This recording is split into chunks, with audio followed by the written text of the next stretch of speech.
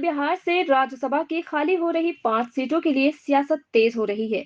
JDU कोटे से केंद्र की नरेंद्र मोदी सरकार में मंत्री आरसीपी सिंह साल के जुलाई में राज्यसभा से रिटायर हो जाएंगे। जेडीयू के राज्यसभा सांसद किंग महेंद्र का हाल ही में निधन हुआ है।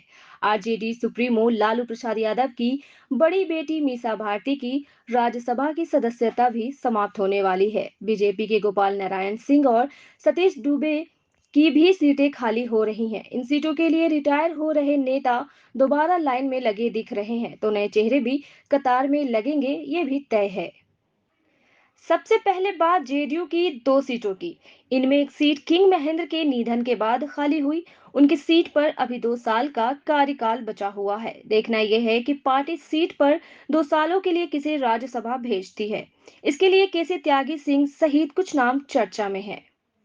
जेडीयू कोटे की केंद्रीय मंत्री आरसीपी सिंह की राज्यसभा की सीट जुलाई में खाली हो रही है। आरसीपी सिंह की पार्टी के राष्ट्रीय अध्यक्ष ललन सिंह से अदावत जग जाहिर है, लेकिन आरसीपी सिंह के केंद्र सरकार में मंत्री रहने के कारण जेडीयू कोई जोखिम उठाना नहीं चाहती। ऐसे में माना जा रहा है कि जेडीयू उन्हें तीसरी बार राज्यसभा भेज सकती है।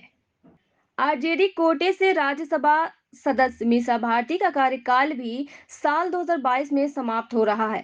लालू प्रसाद यादव व राबड़ी देवी के बाद लालू परिवार से आरजेडी की सक्रिय राजनीति में तेजस्वी यादव के बाद मीसा भारती ही हैं। तेजस्वी यादव बिहार में अपनी राजनीति को सहज रखने के लिए मीसा भारती को फिर राज्यसभा सदस्य बनाकर दिल्ली भेज सकते हैं। साल 2022 में बीजेपी की 2 सीटें भी खाली हो रही हैं। दोनों स्वर्ण जाति की सीटें हैं। इनमें एक गोपाल नारायण सिंह क्षत्रिय तो दूसरे सतीश चंद्र दुबे ब्राह्मण हैं।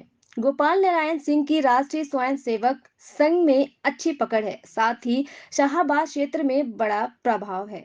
उनकी राज्यसभा के लिए दोबारा दावेदारी रहेगी।